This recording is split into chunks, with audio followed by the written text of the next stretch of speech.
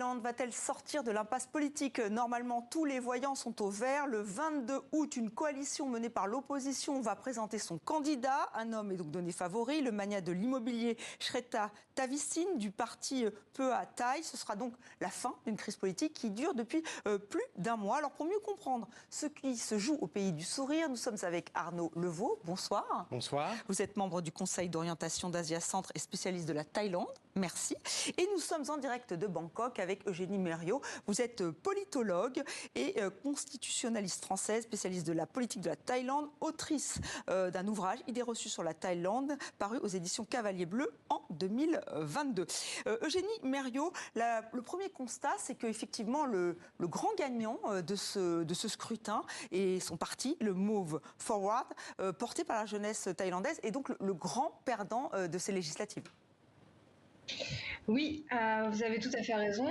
En effet, il s'agit bien d'un vol du vote des Thaïlandais, puisque 15 millions de personnes ont voté pour le Move Forward Party. C'est l'un des meilleurs scores jamais eus par un parti politique en Thaïlande. Alors, il faut quand même noter que le parti de Thaksin avait déjà fait 19 millions, mais en tout cas, c'est le deuxième record dans l'histoire de la Thaïlande en termes de vote. Mais ce parti ne pourra pas former un gouvernement. Alors nous sommes dans un système parlementaire, donc c'est en effet le jeu des coalitions que de permettre à un parti qui n'a pas remporté les élections de former le gouvernement s'il arrive à faire une alliance qui emporte la majorité au niveau des deux chambres, puisqu'en Thaïlande, le Sénat participe au vote également. C'est d'ailleurs la raison pour laquelle le parti de l'Aube, qui n'est pas arrivé en tête, pourra former le gouvernement.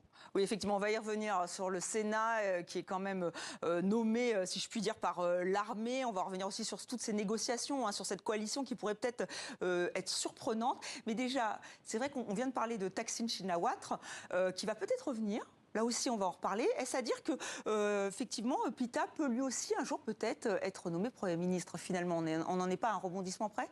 Effectivement, la Thaïlande nous a habitués à un certain nombre de rebondissements, mais il y a toujours une continuité dans ces rebondissements. On peut dire que Thaksin Shinawatra a été Premier ministre au début des années 2000. A perdu le pouvoir suite à un coup d'État. Plusieurs membres de sa famille ou des proches de lui-même sont arrivés au pouvoir. Et puis maintenant, il envisage de revenir sans doute à la fin du mois d'août en Thaïlande, après avoir négocié sans doute âprement les conditions de son retour. Mais au cours de ces 20 années où Thaksin s'est retrouvé un peu en marge du système politique thaïlandais, en fait, ses idées ont continué de progresser, notamment ses idées en termes de réforme économique, de redistribution, de lutte contre les égalités. Et on peut imaginer que si Thaksin aujourd'hui s'allie avec l'armée pour revenir au pouvoir et rentrer au pays, il va perdre une partie de sa base électorale réformatrice qui, elle, va basculer vers le Move Forward. Et on peut imaginer qu'aujourd'hui, c'est un peu une fin de partie pour le Pheu Thai. C'est un dernier coup pour jouer ce qui est encore jouable, et qu'ensuite, ça basculera doucement vers le Move Forward ou le nouveau parti qui le remplacera si ce dernier est dissous. Move Forward, parce que c'est vrai que ça peut bouger très vite. Oui, parce que Eugénie Mériot, c'est ça qui est assez incroyable. C'est-à-dire que dans les années 2000, effectivement, il y avait les chemises jaunes qui étaient donc pro-monarchie, qui étaient contre les chemises rouges, qui étaient donc pro-Thaksin. Et là, on a l'impression qu'il y a une espèce de redistribution des cartes, parce que finalement, ça ne va pas de soi que le Pheu Thai soit avec un parti, le parti au pouvoir, jusqu'ici. Justement, c'était bien l'ambition du Move Forward lorsqu'il a été créé pour les élections de 2019, c'était de dépasser le clivage jaune-rouge, d'où la couleur orange, et pour rebattre les cartes du jeu électoral, pour sortir de la personnalisation des partis entre d'un côté la figure du roi, le père de la nation, et de l'autre côté la figure de Thaksin, le père alternatif de la nation. Donc il s'agissait de créer un nouveau parti sur des idées plutôt que sur des personnes. Et là, pour le Move Forward, c'est en quelque sorte une victoire de voir que le parti Pheu Thai est resté dans l'ancienne politique, c'est-à-dire la politique personnelle de Thaksin, et là ça a été prouvé par les urnes, et comme l'a dit mon collègue Arnaud Levaux, cela lui aliène tout l'électorat des jeunes et même l'électorat qu'il avait acquis auparavant, qui se rend finalement compte que le Pheu Thai est prêt à toutes les alliances, y compris avec l'armée, pour ramener Thaksin à la maison, sans prendre en compte les intérêts des Thaïlandais. Mais n'y a-t-il pas justement alors là un risque de manifestations qui peuvent être violentes? Est-ce qu'on ne peut pas redouter un scénario comme en Birmanie? Arnaud Levaux. Alors, peut-être pas jusqu'en Birmanie, mais un risque de manifestation. Oui, les Thaïlandais ont l'habitude de descendre dans la rue depuis une vingtaine d'années, régulièrement. Et il y a un schéma traditionnel en Thaïlande où il y a une constitution. Il y a eu des émeutes qui ont été quand même réprimées de manière sanglante exactement, dans les années 2000. Oui. Exactement. Donc, on peut imaginer qu'il y ait un mouvement de mécontentement assez fort, mais pas dans l'immédiat. Pas dans l'immédiat. Il faut d'abord que le gouvernement soit constitué, ce qui n'est pas encore le cas. Cette fois-ci, il aura le soutien des milieux conservateurs et de l'armée, ce qui va permettre de tenir encore le système un certain temps. On s'inscrit dans une certaine continuité par rapport au régime actuel, mais aux prochaines élections, quand elles auront lieu et en fonction du format dans lequel elles seront organisées, il risque d'y avoir effectivement pas mal de bouleversements. Mais vous êtes sûr? Parce que finalement, là, on voit des élections, on voit un vainqueur, on voit un parti qui arrive, un nouveau parti qui arrive en tête, et finalement, il est quand même mis de côté, écarté. C'est lié à la Constitution même, à la Eugénie Merriot, vous qui êtes spécialiste? Oui, c'est une technique qui est très bien connue des militaires thaïlandais depuis 1932, qui est la date de passage à la monarchie constitutionnelle en Thaïlande. La Thaïlande a connu 20 constitutions. Donc la constitution actuelle, celle de 2017, c'est la 20e constitution du pays. C'est une constitution en moyenne tous les 4 ou 5 ans.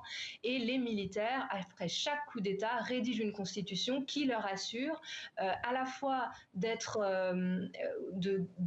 les garants de la démocratie, c'est-à-dire de retourner le pouvoir au peuple via des élections, mais dans une démocratie tutélaire, c'est-à-dire cette élection reste soumise au veto des militaires qui s'assurent de contrôler le résultat de ces élections pendant au moins un mandat.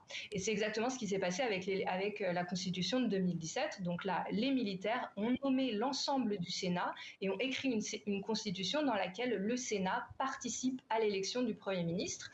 Les sénateurs étant au nombre de 250, la Chambre basse 500, pardon, donc ça fait 750 en tout.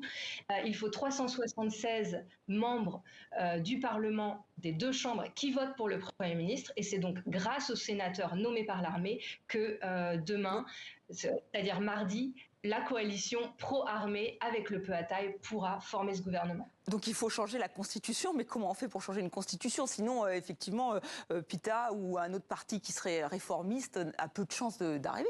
Et c'était un des objectifs de PITA et de Move Forward, c'était de revoir la Constitution, notamment l'article sur le crime de lèse-majesté. Et en fait, ça a été un point de blocage extrêmement fort qui explique qu'en fait, l'ensemble des mouvements conservateurs thaïlandais ont fini par s'allier avec leur ancien ennemi, Thaksin, pour former un gouvernement qui exclut de fait PITA. D'une certaine manière, on peut dire qu'avec la Constitution actuelle, en fait, on a un coup d'État avant même la constitution du gouvernement. Oui, mais alors justement, comment est-ce qu'on peut changer, comment on peut faire bouger les lignes, Eugénie Merriot, puisque là, on a un candidat qui voulait changer la Constitution, qui était soutenu par une grande partie de la population, et ça ne marche pas.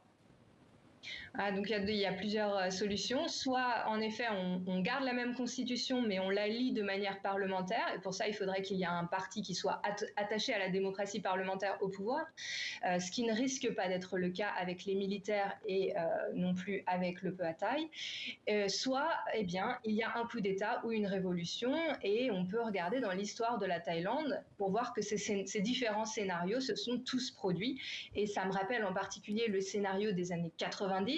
En 92, l'un des derniers coups d'État, celui qu'on pensait être le dernier coup d'État, avait été fait justement pour conserver la mainmise des militaires sur une constitution qui était révisée pour empêcher les militaires d'arriver au pouvoir. Il y avait eu des grandes manifestations qui avaient été réprimées dans le sang. Donc on peut s'imaginer que demain, et donc je serai en désaccord avec mon collègue, que demain, lorsque le gouvernement est formé et qu'on se retrouve peut-être avec un militaire à nouveau comme chef du gouvernement, alors nous aurons des manifestations absolument massive qui là devrait être reprimée plutôt par la force, par l'armée, si elle veut garder son pouvoir, étant donné que le roi n'est plus la force modératrice qu'elle a pu jouer dans les événements des années 90. Voilà, effectivement, la place du roi, son rôle dans ce qui se passe aujourd'hui, on a bien vu que les conservateurs, donc effectivement, font bloc derrière lui. Mais est-ce qu'il est aussi populaire qu'avant? Est-ce qu'une partie de la jeunesse, peut-être, ne veut plus de ce roi? En fait, c'est un roi qui est arrivé après un souverain qui a régné pendant 70 ans et qui n'a pas l'aura de son père, qui n'a pas le même soutien que pouvait avoir son prédécesseur, et il a pas non plus le même degré d'implication dans les affaires thaïlandaises. Et pour preuve, il réside assez peu, souvent en Thaïlande. Voilà, ouais. Donc en fait, il laisse les choses faire. Je ne pense pas qu'il soit forcément impliqué dans la constitution du gouvernement actuel, même s'il regarde ça avec intérêt. Oui, aujourd'hui, c'est l'armée, hein, si on a bien compris, l'armée qui tient cette démocratie tutélaire. Quelle est la place de la Chine, là aussi, et des États-Unis? Est-ce qu'ils peuvent jouer un rôle? Parce que c'est quand même les alliés, les premiers alliés de la Thaïlande. On commence avec vous, Eugénie Merriot. Alors la Thaïlande a su se positionner, à garder des relations à la fois avec les États-Unis et à la fois avec la Chine. C'est la diplomatie du bambou, la diplomatie du balancier, qui permet de ménager les uns et les autres, que ce soit au niveau de l'armée ou au niveau de la monarchie. Alors évidemment, le parti Move Forward, s'il était arrivé au gouvernement, là, les relations auraient été un petit peu plus difficiles avec la Chine, notamment parce qu'il y a... la Chine représente un certain archaïsme avec lequel le parti Move Forward veut rompre. Mais en ce qui concerne l'armée et la monarchie, il y a des liens très forts à la fois avec les Américains qui ont construit historiquement l'armée et qui construit historiquement la monarchie pendant la période de guerre froide, justement pour empêcher au communisme, l'effet domino du communisme dans la région, hein, vous vous souvenez, les Khmers rouges, le Laos, le Sud-Vietnam qui tombent en quelques semaines aux mains des communistes. Donc c'était la Thaïlande qui était vraiment le bastion des États-Unis pour empêcher cette théorie de domino. Donc les États-Unis ont financé énormément la monarchie et l'armée. Merci. Juste une toute dernière question, brièvement, si vous le voulez bien, Arnaud Levaux. Effectivement, Eugénie Merriot pense qu'il va y avoir peut-être un coup d'État, en tout cas des grosses manifestations. Je rappelle, le tourisme, c'est quand même 11% effectivement du PIB pour la Thaïlande. Ce chiffre, hein, ils attendent entre 28 et 30 millions de personnes. Est-ce que la Thaïlande a les moyens de s'offrir une nouvelle crise ? En fait, la Thaïlande, on appelait ça un peu le pays téflon. Il peut y avoir des crises politiques extrêmement importantes. Les touristes continuent de revenir parce qu'en fait, les événements politiques, les manifestations ne se tiennent pas dans les lieux d'attraction des touristes. Donc, quoi qu'il arrive en Thaïlande, les touristes continueront de venir. Par contre, on peut s'attendre à ce qu'il y ait des soubresauts à Bangkok. Merci à vous deux d'avoir participé donc à ce grand angle, de nous avoir éclairé sur cette crise politique en Thaïlande, et nous verrons qui sera nommé le Premier ministre le 22 août prochain. Et maintenant, place à notre chronique culture.